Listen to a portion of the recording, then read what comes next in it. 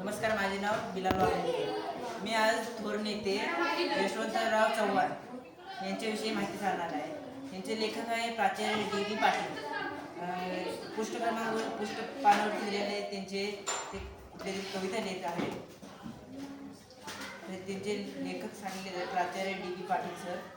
आणि हिरांची माता विठाबाई या पुस्तक इथं दिलेलं आहे. ह्या पानावरती हिरांची माता विठाबाई सांगली जिल्ह्यातील टवळेश्वर खानपूर हे यशवंतराव चव्हाण यांचा मूळ पूर्व जाते गावे आहे.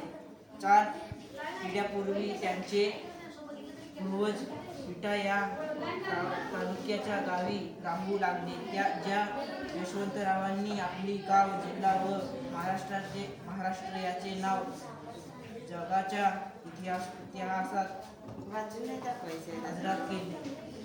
मागील पानावरती तिथे नेते आहेत, थोर आपले संत आहेत.